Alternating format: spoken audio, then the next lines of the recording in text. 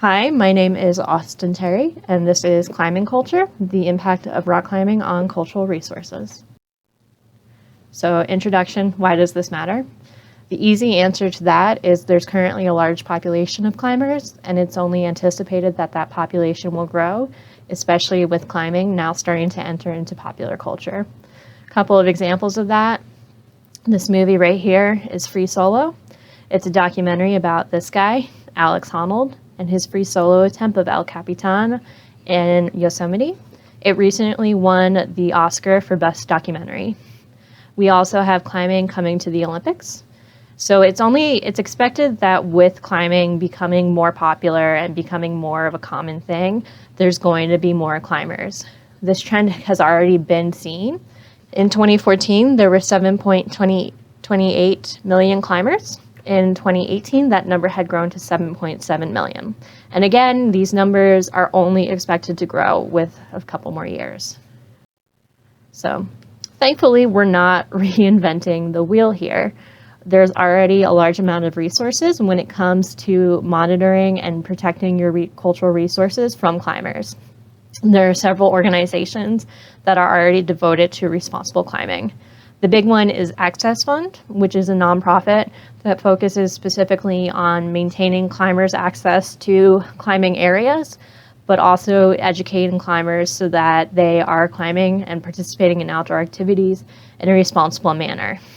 This paragraph right here on the page is taken directly from the Access Fund page. It's about the essential skills that you need in order to minimize your impact on cultural resources when climbing. The American Alpine Club is a great resource for bulk numbers. If you just need to know how many climbers, what type of climbing is most common, where climbers tend to be, even their economic impact, American Alpine is a great place to look. There's your local climbing coalition, which can give you insight into local climbing patterns and what questions or concerns local climbers have.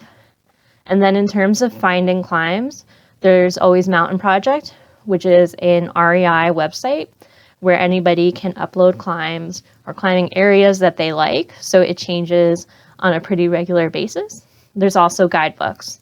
Both of those two are really great if you have no idea where climbers are going within your national land or within your public land, and you need to get a better idea of it. So you've got climbers, now what? The first thing you're going to want to do if you know you have rock climbers within your public land is to determine your major climbing areas, the places where climbers are most likely to go. To do this, you're definitely going to want to use Mountain Project because it can change on a regular basis, and Mountain Project tends to have slightly more up-to-date information, but you can also use a guidebook to kind of get some background information. You're also going to want to be aware of the different parts of a climb. In terms of cultural resource managing, the three big ones to be aware of are the approach, which is how climbers get to their local climbing area, the staging, which is where climbers begin preparing for their climb, and then their camping or bivouac area, which is where they are sleeping. You should also be aware of where climbers will be parking, because as more climbers or more people use a parking area, that impact and that footprint is only going to grow with it. As an example of sort of the immediate impact of rock climbing, this is Sleepy Hollow Crag. It is located on the western side of Mount Potosi, which is a historic mining district.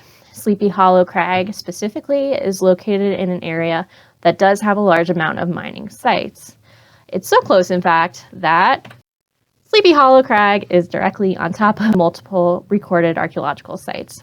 It's concerning because you're going to have individuals moving through those sites, but also because climbers tend to be more conservation-minded and can't always tell the difference between a historical artifact and modern litter. There's a chance that they may start packing out artifacts, believing that they're litter and that they are doing the right thing by cleaning up the area. We know that this may be happening within Sleepy Hollow Crag because the Mountain Project page has an entire blurb about encouraging climbers to help clean up the area a little bit. We know that rock climbers may be cleaning up Sleepy Hollow because the Mountain Project page does contain a sentence encouraging climbers to pack out a little litter each time they visit. We were recently able to go out to Sleepy Hollow Crag, and all of the can scatters are still in place, so we haven't lost any sites because of this. And we were also able to reach out to Mountain Project and have removed the line specifically about packing out litter. So Sleepy Hollow is currently good to go. But this is a good example of all the different ways that climbers can impact your cultural resources. The second major impact that climbers may have is a primary environmental impact and a secondary cultural resource impact. It's the most common impact you're going to see, and it's erosion. This area here is Starter Crag, and it's located on Mount Charleston. It's a good example of how even a small climbing area can have a huge impact. The erosion in Starter Crag is so bad that if you know where to look, you can see it from 95. It's interesting because Starter Crag has a very quick approach. Generally, climbers will park on the road and then choose to go up into the hill to get to the crag. But because there are so many different climbers who are appearing and who are using this crag, the erosion has completely stripped away all of the vegetation in the area. So if you do have climbers, you're not out of luck. There's a lot of things you can do to mitigate their impact. Number one is monitoring. Sleepy Hollow is a really great example of how just a little bit of monitoring can nip a problem in the bud. There is a concern with Sleepy Hollow that climbers may completely clean up can scatters, but because we were paying attention to the climbing in the area, we were able to find this information, go out there, and prevent it from happening. I highly encourage areas to work with their rec team to put together a climbing management plan. There's a lot of information about this online. The second big thing is educating climbers. Climbers tend to be a more conservation-minded group and respond well to a little bit of guidance. A really great example of this is the Yosemite Facelift in Yosemite National Park. Yosemite Facelift is an event put on by local climbing groups in conjunction with the National Park Service that aims to clean up Yosemite each year.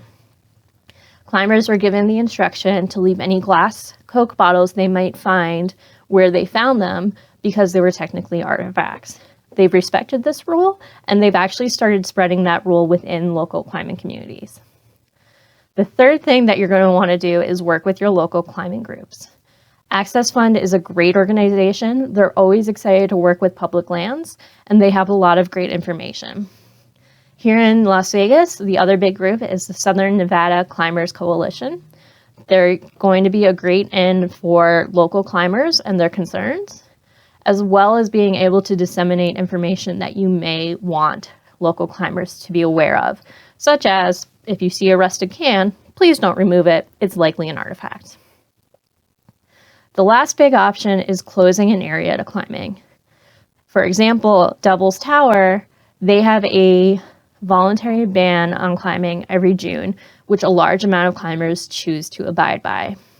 If you are going to close an area to climbing, I really recommend working with your local climbing group. Again, my name was Austin Terry, and that was what to do if you have climbers.